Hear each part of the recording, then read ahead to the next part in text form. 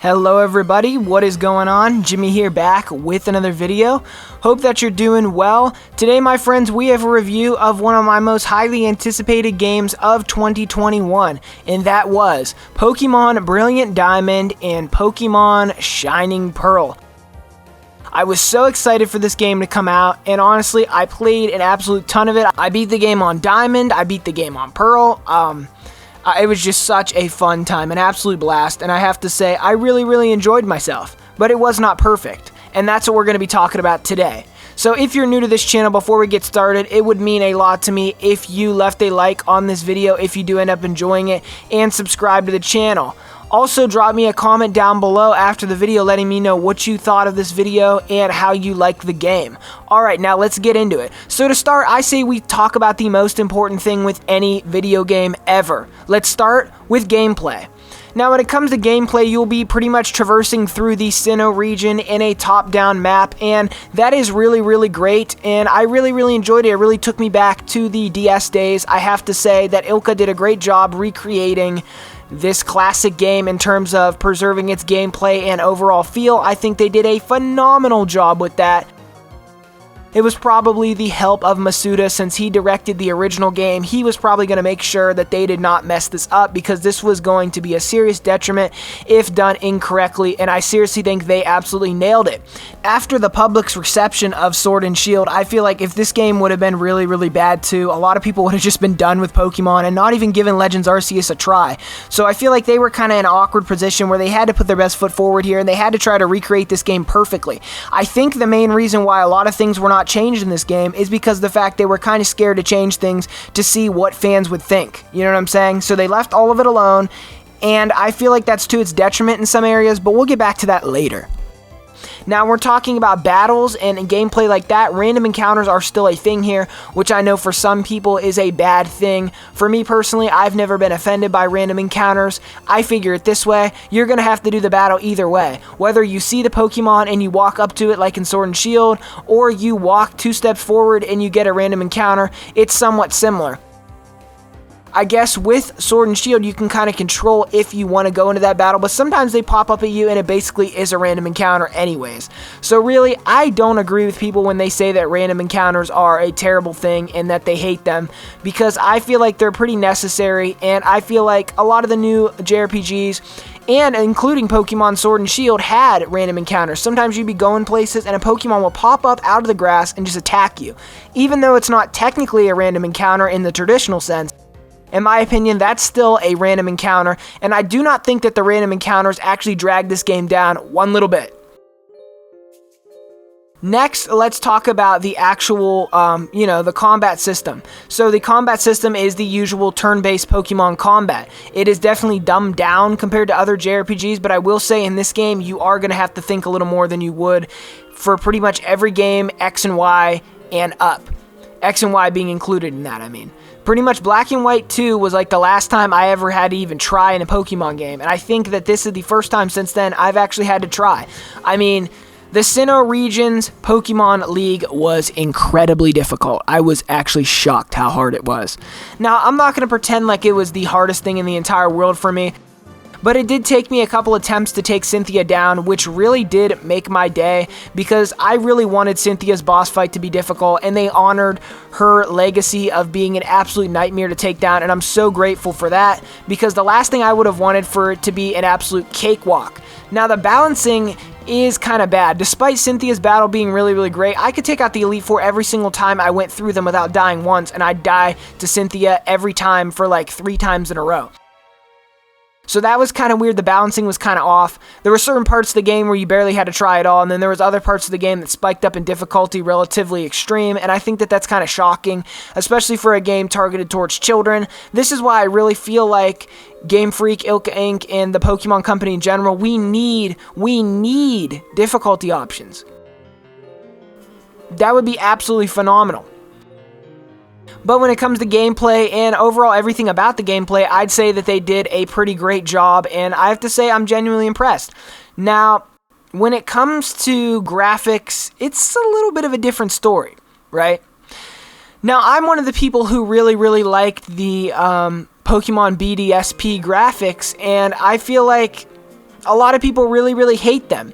For me personally, they take me back to the DS era, and I could not be more thankful for these graphics that look like this. I think they look absolutely adorable, chibi style. The only thing I don't like, and this is a big thing, right? This is a very big thing. There is one thing that I do not like about this graphic style, and that would be the bobbleheads. What was up with that?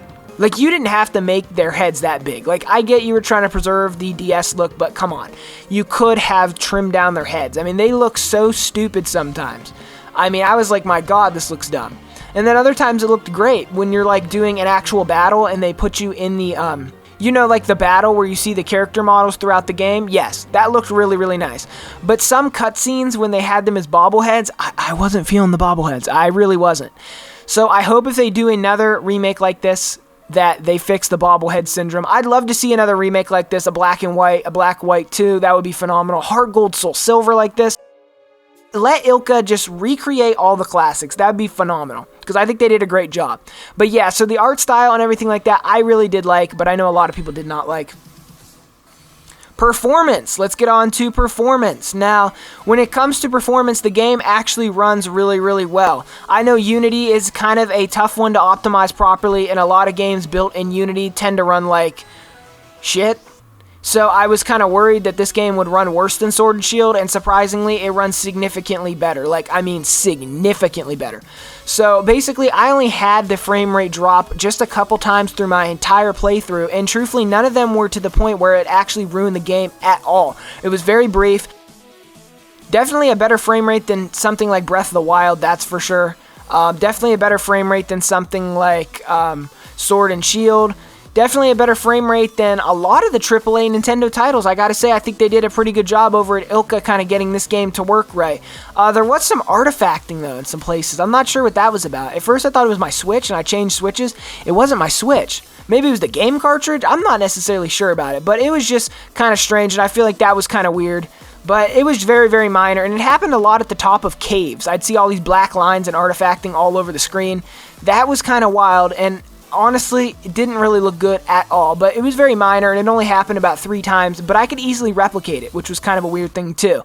Maybe by now they patched it, because I played the game pretty much as soon as it came out, so maybe that was something they got patched. I have no idea. Now let's talk about story. I'm not going to spoil the Sinnoh story in this game, because there really isn't much to spoil. It's a Pokemon game. The Sinnoh region, despite being my favorite region of Pokemon, does not have that crazy of a story. I mean, Black and White and Black White 2 especially have phenomenal stories. This story is up there, though, on the Richter scale when compared to something like Sword and Shield, when compared to something like X and Y. You know, it is up there. It's towards the top when it comes to story, but the story is pretty much the same as it always is, which isn't a bad thing, and I think that this retelling of the Pokemon formula is not a bad thing. I really don't, but I mean, let's be honest here. We all know that the stories in Pokemon games could use some work. I mean, Black and White and Black White 2 are a serious exception of this rule, but if we take Pokemon games as a whole, they usually do not have very good stories. So I can't necessarily knock this game for being a Pokemon game, but I can knock it for being a JRPG and suffering from a pretty underwhelming story. I mean, let's be honest here. Nothing in this game is like gonna win an Oscar for being a phenomenal story. I know those award shows don't hold any weight anymore, but I'm just, you know what I'm trying to say. Like, the story's not going to knock your socks off. It's not going to blow your mind as a first-time player. You're pretty much here for the gameplay. You're here for the Pokédex. You're here to collect Pokemon. You're here for a lot of things over the story, in my opinion. Now let's get into some more of the negatives on that note. So another thing I really did not like about this game was the lack of features. And this is the biggest problem I have with this game. I struggle to tell people that this is the definitive way to play the Sinnoh region, because it's not. It's not the definitive way to play the Sinnoh region. It is the second best. It is definitely better than Diamond and Pearl. That's no doubt, right? But is it better than Platinum? Absolutely not. And anyone who thinks it is just lying to themselves. This game is missing serious content that was available in Pokemon Platinum. Keep in mind that Pokemon Platinum is a game that is well over a decade old. Why couldn't we have the Distortion World? I mean, there's so many features missing here. The fixed teams from Platinum. I mean, there is just so many things here that I just wish that were here that are just not here, and it really, really bothers me. The Battle Frontier is missing too. Everything that Pokemon Platinum fixed that the original game did not fix is pretty much not here. And obviously there is some quality of life improvements with this version of the Sinnoh story and game, but you have to understand that there's not very many quality of life features here. I mean, there's a few here and there, but let's be honest here. Pokemon Platinum is still the better version, and I'm not nostalgia blind. I just played Pokemon Platinum like last year, and I tried to go into it very unbiased, and I do realize it has flaws as well. But this game right here, Brilliant Diamond and Shining Pearl, is objectively worse when it comes to content. It is cut content for $60 when the original game wasn't even that much back in the day. That is kind of shameful and kind of embarrassing on the Pokemon Company's part that they wouldn't make Ilka put everything in there. I get these were supposed to be a classic retelling of Diamond and Pearl, but why couldn't it just been a classic retelling of Pokemon Platinum? You know why? Because they wanted to sell two versions, in my opinion. Either way, it doesn't matter why they did it, but the fact they chose to abandon the Platinum content is definitely going to make this game suffer compared to Pokemon Platinum. And it's definitely going to make a lot of people just consider popping Platinum in an emulator and calling it a day and not supporting the Pokemon Company at all. I'm not saying that I condone emulation or that, I stick up for emulation or that I even emulate, but I'm saying there's a lot of people who would just do that before they're going to pay $60 for a game that is literally a Unity Engine remake of something that they could get completely for free if they just emulated it. It's going to be a tough sell to some people. Other people, including myself, the diehard Pokemon fans, were glad to buy it. But for some people who are on the bridge, they're not just going to buy a game that they've already played 8 years ago and that they may have sitting in their DS, or that there is a version that they can emulate for free that is a better version of it. The only real consumers I see out here for this product are the diehard Pokemon fans, and I'm legitimately surprised that this game is selling as well as it is. I was not expecting this game to sell very well at all due to the fact that a lot of people have access to these Sinnoh games and have access to superior versions of these Sinnoh games, you know what I'm saying? So it is kind of a tough sell to a lot of people, and I think that the fact that this game's having serious success shows you that this game could have done even better if it had Platinum content, if it had more than Platinum content. If it would have just had Platinum content, let's not lie, we would all been like, that's all it has. So for it not even to have the Platinum, not even the bare minimum, like remake standard type stuff here, for it not even have that, that's pretty, bad, and I feel like we can't just pretend that that's not happening. We can't just give the Pokemon Company the benefit of the doubt here, because legitimately, they kind of gypped us. They really did here. And I feel like a lot of people are going to skip this game. I've seen a lot of people comment, oh, I'm just buying Legends Arceus in like a month. I'm not even worrying about this game. There's a lot of people that really just do not care about Pokemon BDSP, and I can't really blame them 100%. If we're ranking this game just based on how good of a job it does as remaking Pokemon Diamond and Pearl, then it obviously gets like a 10 out of 10, because all it did was pretty much copy and paste Diamond and Pearl, add a couple minor fixes here and there, and for the most part just literally rinse and repeat. But we're not grading it on how good of a remake and how faithful it was, because that's the word they kept using, faithful. Oh, it's a faithful remake, It's the one you want. You don't want a remake with the actual content. You want a faithful remake. If we wanted to play Diamond and Pearl, we could all do it. There's plenty of ways, and that's kind of what I was trying to explain in this video. There's 100 different ways, legal or illegal, to get your hands on a copy of Pokemon Diamond or Pearl or Platinum, which is the better version, but this is compared to Diamond and Pearl right now. There's plenty of ways to get all those games, right? What is the incentive of buying this product? Someone please explain to me why someone would go out of their way to buy this product, because truthfully speaking, I'm not seeing one. I think that this was pretty much just a appetizer for the main course, which is Pokemon Legends Arceus, and I think we need to look forward to Legends Arceus, because in its current state, I can't give Pokemon Brilliant Diamond, Shining Pearl anything above a 7.5 out of 10. It's lacking content. The chibi art style, a lot of people hate, even though I don't. The bobblehead stuff, though, I did hate.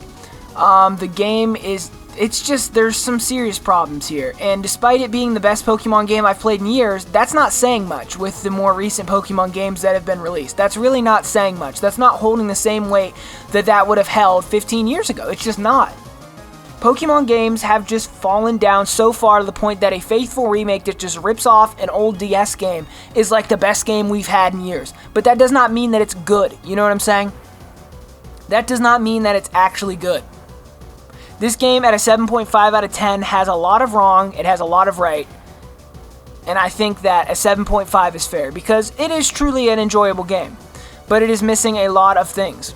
And that's where I'm going to leave this review right here. Let me know in the comment section down below how you like the review. Do you agree with my opinions? Do you disagree with me? I'd love to hear your thoughts down below because, you know, these are subjects that we can all talk about and we can all enjoy ourselves with here because there is no right answer. Some people are going to agree with me that it would have been nice they added content. Some people are going to say, you know what, I love the fact that they kept it identical to the old games.